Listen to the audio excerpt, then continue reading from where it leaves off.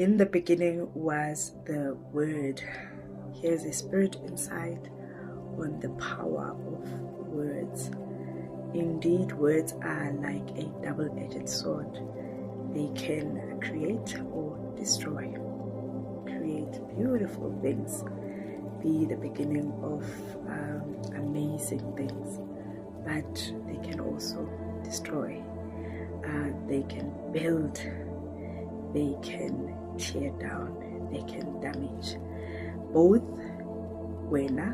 yourself, what you say about yourself, what you believe about yourself, because you would then create all types and kinds of words to describe yourself, to describe maybe your situation, to describe people around you, to describe environments, to describe experiences.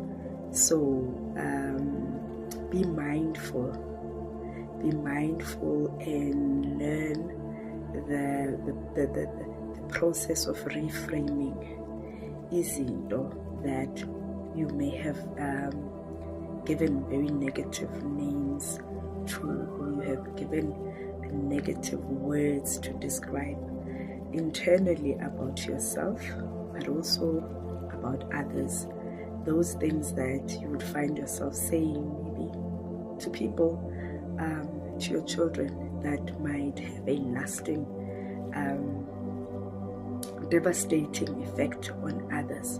Because remember, what you speak out, what you say out, it goes out there, it creates a vibration and an energy that comes back to you. So it's not only about saying positive things about yourself, but also being mindful about the negative things that we say to others or about others. It creates a resonance in the universe that comes back to you as this person that speaks out those words. Yeah, I could not do the 4 a.m. session due to a flu, but as I promised myself, and I put out a word to say I will show up.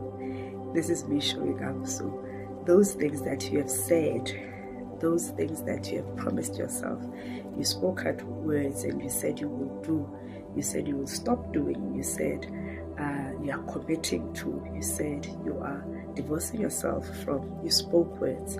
In the beginning was the Word. So konke kuqala ngezwi. So let us be mindful. Let us choose our words very carefully. Let us be mindful of the things